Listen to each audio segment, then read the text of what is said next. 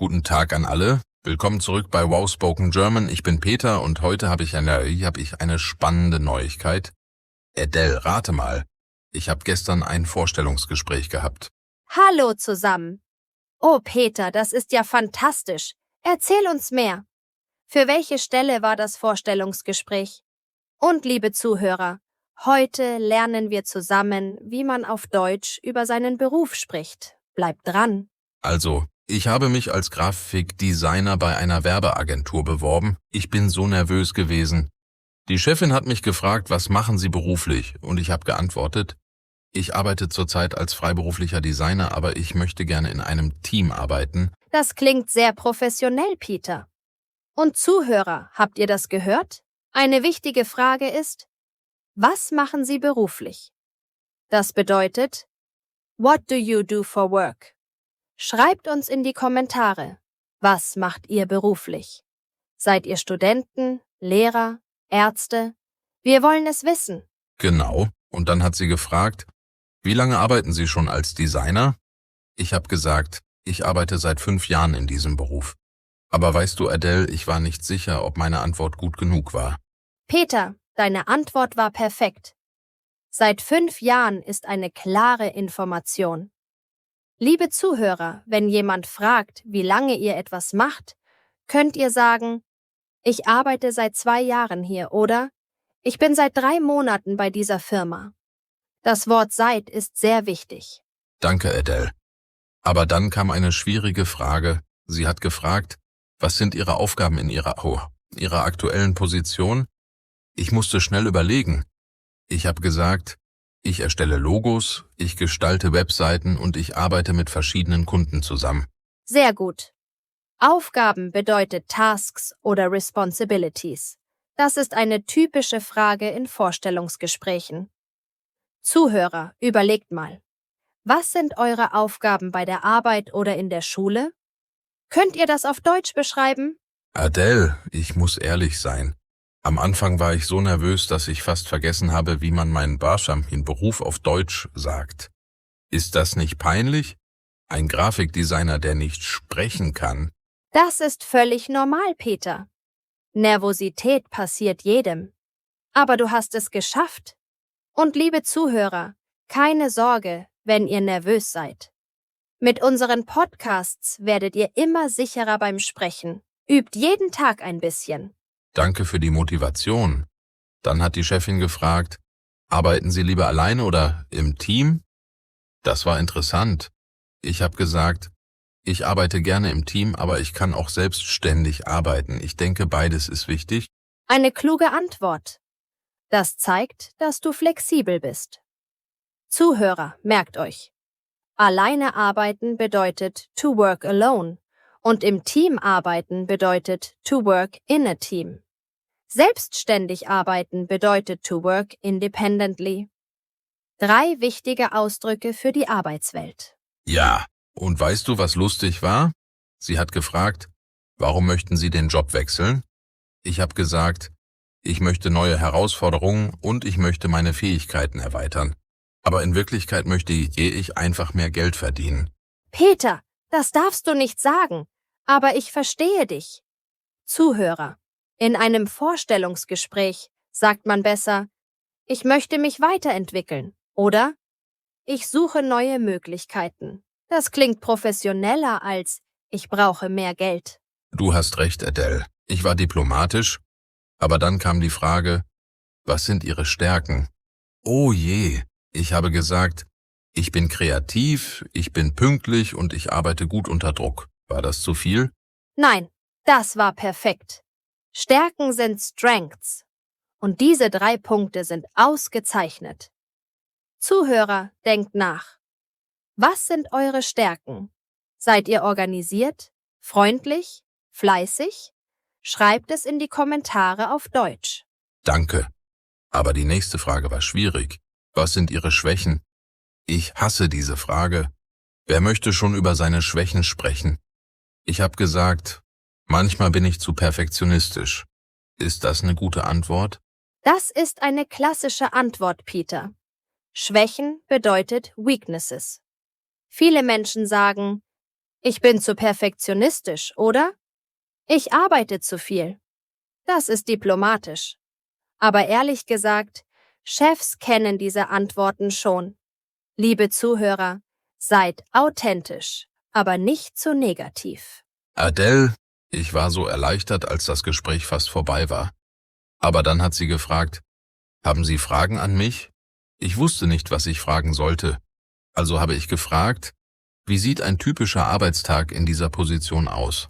Ausgezeichnete Frage. Das zeigt Interesse. Zuhörer, in einem Vorstellungsgespräch solltet ihr immer Fragen stellen. Zum Beispiel, wie groß ist das Team? Oder gibt es Möglichkeiten zur Weiterbildung? Das bedeutet Opportunities for further training. Genau, und sie hat geantwortet, sie würden von 9 bis 18 Uhr arbeiten mit 1 Stunde Mittagspause. Sie würden direkt mit dem Marketingteam zusammenarbeiten. Das klingt gut, oder? Ja, sehr gut. 9 bis 18 Uhr. Das ist 9 to 6 o'clock.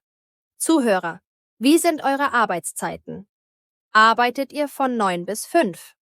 Oder habt ihr Schichtarbeit? Teilt es uns mit. Und dann kam die wichtigste Frage für mich. Wie viel verdient man in dieser Position? Aber ich hatte Angst, das zu fragen. Ist es unhöflich, über Geld zu sprechen, Adele? In Deutschland sprechen Menschen nicht so offen über Gehalt wie in manchen anderen Ländern, Peter. Aber in einem Vorstellungsgespräch ist es normal zu fragen, wie ist die Gehaltsvorstellung für diese Position? Oder du kannst sagen, können wir über das Gehalt sprechen? Ach so, ich habe nichts gefragt und am Ende hat sie gesagt, das Gehalt liegt zwischen 3.000 und 4.000 Euro pro Monat, je nach Erfahrung. Ich war so glücklich. Das ist mehr, als ich jetzt verdiene. Das ist wunderbar, Peter. Gehalt bedeutet Salary. Und je nach Erfahrung bedeutet Depending on Experience. Zuhörer, wenn ihr über Geld sprecht, könnt ihr sagen, ich verdiene x Euro pro Monat oder mein Gehalt beträgt x Euro. Adele, ich muss dir etwas gestehen. Als ich das Büro verlassen habe, habe ich vergessen, auf Wiedersehen zu sagen. Ich war so nervös und aufgeregt, dass ich einfach gegangen bin. Erst auf der Straße habe ich gemerkt, oh nein, ich war unhöflich. Oh, Peter, das kann passieren. Aber Höflichkeit ist wichtig. Zuhörer, vergesst nicht, am Ende eines Vorstellungsgesprächs sagt ihr, vielen Dank für Ihre Zeit oder ich freue mich von Ihnen zu hören. Und natürlich, auf Wiedersehen. Ich habe dann eine E-Mail geschrieben. Sehr geehrte Frau Müller, vielen Dank für das interessante Gespräch heute. Ich freue mich sehr auf Ihre Rückmeldung. Mit freundlichen Grüßen, Peter. War das gut? Perfekt. Eine Dankes-E-Mail ist immer eine gute Idee. Zuhörer, merkt euch diese Formulierungen. Sehr geehrte oder sehr geehrter für formelle E-Mails. Und mit freundlichen Grüßen am Ende. Das ist sehr professionell. Aber, Adele, jetzt kommt das Problem. Ich warte seit 3 Tagen auf eine Antwort. Nichts, kein E-Mail, kein Anruf. Ich bin so ungeduldig, was soll ich tun? Soll ich noch einmal schreiben? Geduld, Peter. Manchmal dauert es 1 Woche oder sogar 2 Wochen. Unternehmen brauchen Zeit für Entscheidungen. Liebe Zuhörer, kennt ihr das Gefühl? Das Warten nach einem Vorstellungsgespräch ist schwer. Was macht ihr, um ruhig zu bleiben? Du hast recht. Ich versuche positiv zu denken, aber weißt du, während ich warte, habe ich über meinen aktuellen Job nachgedacht. Ich arbeite von zu Hause, ich habe flexible Arbeitszeiten und ich bin mein eigener Chef. Vielleicht ist das auch gut. Das stimmt. Von zu Hause arbeiten hat viele Vorteile. Zuhörer, arbeitet ihr im Büro oder von zu Hause? Im Büro sagt man, ich arbeite im Büro. Von zu Hause sagt man, ich arbeite von zu Hause oder ich arbeite im Homeoffice. Was bevorzugt ihr? Adele, lass uns über verschiedene Berufe sprechen. Unsere Zuhörer haben bestimmt ganz unterschiedliche Jobs. Zum Beispiel meine Schwester ist Krankenschwester. Sie arbeitet im Krankenhaus und ihre Arbeit ist sehr anstrengend, aber wichtig. Ja, medizinische Berufe sind so wichtig. Eine Krankenschwester, ein Arzt, ein Zahnarzt. Zuhörer, kennt ihr jemanden, der im Gesundheitswesen arbeitet? Das Gesundheitswesen bedeutet Healthcare-System. Erzählt uns davon. Mein Bruder ist Lehrer an einer Grundschule. Er unterrichtet Mathematik und Sport. Er sagt immer, ich liebe meinen Beruf, aber die Kinder sind manchmal sehr laut. Kennst du Lehrer, Adele? Ja, meine beste Freundin ist Lehrerin. Sie unterrichtet Englisch und Deutsch. Unterrichten bedeutet to teach. Zuhörer, hattet ihr einen Lieblingslehrer in der Schule? Welches Fach hat er oder sie unterrichtet? Mein Vater war Ingenieur bei einer großen Firma. Er hat dort 30 Jahre gearbeitet, bis er in Rente gegangen ist. In Rente gehen bedeutet to retire, richtig, Adele? Genau. In Rente gehen oder pensioniert werden. Und Ingenieur ist ein technischer Beruf. Es gibt viele Arten. Bauingenieur, Elektroingenieur, Maschinenbauingenieur. Liebe Zuhörer, gibt es in eurer Familie jemanden mit einem technischen Beruf? Adele, ich finde es interessant, wie Menschen ihre Berufe wählen. Ich wollte als Kind Feuerwehrmann werden, aber dann habe ich gemerkt, dass ich Angst vor Feuer habe. Das war nicht die beste Karrierewahl. Das ist lustig, Peter. Als Kind träumen wir von vielen Berufen. Feuerwehrmann, Polizist, Astronaut. Zuhörer, was wolltet ihr als Kind werden? Und was macht ihr jetzt? Schreibt es in die Kommentare. Jetzt bin ich glücklich als Designer, aber manchmal denke ich, was wäre, wenn ich einen anderen Beruf gewählt hätte, vielleicht Koch? Ich koche sehr gerne. Ein Koch oder eine Köchin ist ein kreativer Beruf, genau wie Designer. Beide arbeiten mit ihren Händen und ihrer Kreativität. Zuhörer, möchtet ihr manchmal den Beruf wechseln? Welchen Beruf würdet ihr wählen? Adele, lass uns über Arbeitsumgebungen sprechen. Manche Menschen arbeiten im Büro, manche im Freien, manche zu Hause. Wo arbeitest du am liebsten? Ich arbeite gerne in einem ruhigen Büro mit viel Licht, aber ich kenne Leute, die im Freien arbeiten. Gärtner, Bauarbeiter, Landwirte. Im Freien arbeiten bedeutet to work outdoors. Das ist nicht für jeden, besonders im Winter. Stimmt, mein Onkel ist Briefträger. Er arbeitet bei jedem Wetter draußen, bei Regen, Schnee, Hitze. Er sagt, der Job hält mich fit, aber im Winter ist es hart. Ein Briefträger hat einen wichtigen Job. Zuhörer, schätzt ihr die Menschen, die im Freien arbeiten? Sie bringen unsere Pakete, sie bauen unsere Häuser, sie pflegen unsere Parks. Danke an alle, die diese Jobs machen. Adele, wir sollten auch über Berufe sprechen, die mit Technologie zu tun haben. Heute sind IT-Berufe sehr gefragt. Programmierer, Softwareentwickler, Datenanalysten, diese Jobs werden immer wichtiger.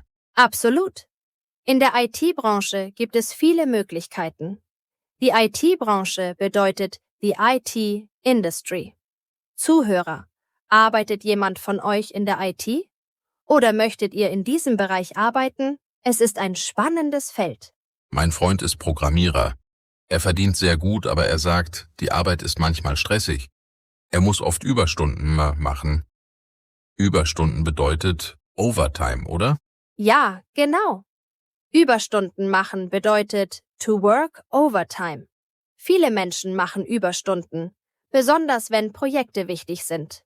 Zuhörer, macht ihr manchmal Überstunden oder habt ihr feste Arbeitszeiten? Feste Arbeitszeiten sind gut für die Work-Life-Balance, aber als Freiberufler habe ich keine festen Zeiten. Manchmal arbeite ich bis Mitternacht, manchmal mache ich am Nachmittag frei. Es ist sehr flexibel. Flexibilität ist ein großer Vorteil. Aber es kann auch schwierig sein, Arbeit und Privatleben zu trennen. Zuhörer, wie schafft ihr die Balance zwischen Arbeit und Freizeit? Habt ihr Tipps für uns? Adele, ich habe noch eine Frage zum Vorstellungsgespräch. Sie hat gefragt, wo sehen Sie sich in 5 Jahren? Ich habe gesagt, ich möchte mich weiterentwickeln und vielleicht eine Führungsposition erreichen. War das zu ambitioniert? Nein, das war eine gute Antwort. Ehrgeiz ist positiv.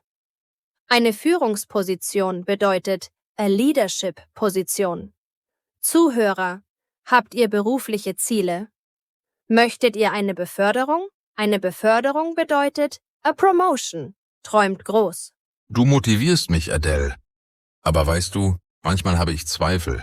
Bin ich gut genug? Habe ich genug Erfahrung? Diese Gedanken kommen oft.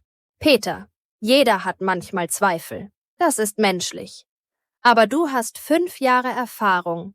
Du bist talentiert und du bist motiviert. Das sind wichtige Qualitäten. Liebe Zuhörer, glaubt an euch selbst. Jeder hat Talente und Stärken. Danke für die Unterstützung. Weißt du, was ich am meisten an meinem Beruf liebe? Die Kreativität. Jeden Tag gestalte ich etwas Neues. Das ist nie langweilig. Das ist wunderbar. Jeder sollte einen Beruf finden, der ihm Freude macht. Zuhörer, was liebt ihr an eurem Beruf? Ist es die Kreativität, die Menschen, die Herausforderungen? Teilt eure Gedanken mit uns. Adele, was sind die wichtigsten Wörter, die unsere Zuhörer heute gelernt haben? Lass uns zusammenfassen. Gute Idee. Also, wir haben gelernt. Der Beruf bedeutet Job oder Profession. Was machen Sie beruflich? Bedeutet, what do you do for work? Das Gehalt ist the salary. Die Aufgaben sind the tasks. Arbeiten im Team oder alleine arbeiten. Das sind wichtige Ausdrücke. Und nicht vergessen, Stärken und Schwächen, Überstunden, von zu Hause arbeiten, im Büro arbeiten, außerdem sich bewerben bedeutet to apply und das Vorstellungsgespräch ist the job interview. Genau. Und liebe Zuhörer, denkt daran, üben, üben, üben. Sprecht über euren Beruf mit Freunden, schreibt über eure Arbeit, hört unseren Podcast immer wieder. So werdet ihr sicherer. Adele, ich habe gerade eine E-Mail bekommen. Warte, ich schaue schnell nach. Oh mein Gott. Sie schreiben, sehr geehrter Herr Peter, wir freuen uns, Ihnen mitzuteilen, dass Sie für die 2. Runde ausgewählt wurden. Peter, das ist fantastisch. Eine 2. Runde. Das bedeutet, Sie sind interessiert. Zuhörer, hört ihr das? Positive Energie funktioniert. Wir drücken Peter die Daumen. Drücken die Daumen bedeutet to keep fingers crossed. Ich bin so glücklich. Die 2. Runde ist nächste Woche. Ich muss mich gut vorbereiten. Habt ihr Tipps für mich, liebe Zuhörer? Schreibt es in die Kommentare. Wir sind alle gespannt, wie es weitergeht. Und denkt daran, ob Vorstellungsgespräch, neuer Job oder einfach Deutsch lernen. Ihr schafft das. Wir bei Wow Spoken German sind hier, um euch zu helfen. Vielen Dank an alle, die heute zugehört haben. Vergesst nicht, unseren Kanal zu abonnieren und aktiviert die Glocke, damit ihr keine Episode verpasst. Wir sehen uns beim nächsten Mal. Bis bald, liebe Zuhörer. Übt weiter Deutsch, glaubt an euch selbst und vergesst nicht, jeder Schritt bringt euch näher an euer Ziel. Tschüss und viel Erfolg bei eurer Arbeit. Auf Wiedersehen und drückt mir die Daumen für mein 2. Vorstellungsgespräch. Bis zum nächsten Mal bei Wow Spoken German. Tschüss zusammen. Wir freuen uns schon auf die nächste Episode mit euch. Macht es gut und viel Spaß beim Deutschlernen. Warte, Adele. Bevor wir gehen, möchte ich noch etwas erzählen. In der E-Mail steht auch, dass ich eine Präsentation vorbereiten soll. Eine Präsentation über meine bisherigen Projekte. Ich bin nervös. Eine Präsentation ist eine gute Gelegenheit, Peter. Du kannst zeigen, was du kannst. Zuhörer, habt ihr schon einmal eine Präsentation bei der Arbeit gehalten? Auf Deutsch sagen wir eine Präsentation halten oder einen Vortrag halten. Ja, aber ich muss auf Deutsch präsentieren. Was sage ich am Anfang? Wie beginne ich? Ich möchte nicht zu nervös klingen. Ganz einfach. Du kannst sagen, Guten Tag, mein Name ist Peter und heute möchte ich Ihnen meine Arbeit vorstellen. Oder ich freue mich, Ihnen heute einige meiner Projekte zu zeigen. Das klingt professionell und freundlich. Das ist hilfreich. Und während der Präsentation? Was sage ich, wenn ich von einem Thema zum nächsten wechsle? Gute Frage. Du kannst sagen, als nächstes möchte ich über sprechen. Oder kommen wir nun zu. Oder einfach, jetzt zeige ich Ihnen. Zuhörer, diese Ausdrücke sind nützlich für Präsentationen im Beruf oder an der Universität. Und am Ende der Präsentation soll ich sagen, das war's? Das klingt zu einfach, oder? Auf keinen Fall. Sag lieber, Vielen Dank für Ihre Aufmerksamkeit. Oder das waren meine Projekte. Haben Sie Fragen? Oder ich hoffe, ich konnte Ihnen einen guten Einblick geben. Das klingt viel professioneller. Adele, du bist eine große Hilfe. Aber ich habe noch ein Problem. Was mache ich, wenn Sie eine Frage stellen und ich die Antwort nicht weiß? Das ist peinlich. Das passiert jedem, Peter. Du kannst ehrlich sein und sagen, das ist eine gute Frage, darüber muss ich nachdenken. Oder ich bin mir nicht ganz sicher, aber ich finde es gerne für Sie heraus. Ehrlichkeit ist besser als eine falsche Antwort. Stimmt, ich möchte auch nicht arrogant wirken. Mein Freund hat mir gesagt, zeig nicht zu viel, sei bescheiden, aber ich möchte auch meine Erfolge zeigen. Wie finde ich die Balance? Das ist eine kluge Frage. Du kannst sagen, ich bin stolz auf dieses Projekt, aber ich habe viel von meinem Team gelernt. Oder dieses Ergebnis war eine Teamleistung. Das zeigt, dass du selbstbewusst, aber auch teamorientiert bist. Zuhörer, Bescheidenheit ist in Deutschland sehr wichtig in der Arbeitskultur. Die Arbeitskultur in Deutschland ist interessant. Meine ausländischen Freunde sagen, Deutsche sind sehr pünktlich und sehr direkt. Ist das wahr, Adele? Ja, das stimmt meistens. Pünktlichkeit ist sehr wichtig in Deutschland. Wenn ein Meeting um 10 Uhr beginnt, sollte man um 10 Uhr da sein, nicht um 10 nach 10. Und Deutsche sagen oft direkt, was sie denken, ohne viel drum herum zu reden. Das ist anders als in manchen anderen Kulturen, oder? Ich habe Freunde aus Japan und sie sagen, dort ist man viel indirekter. Man muss zwischen den Zeilen lesen. Genau.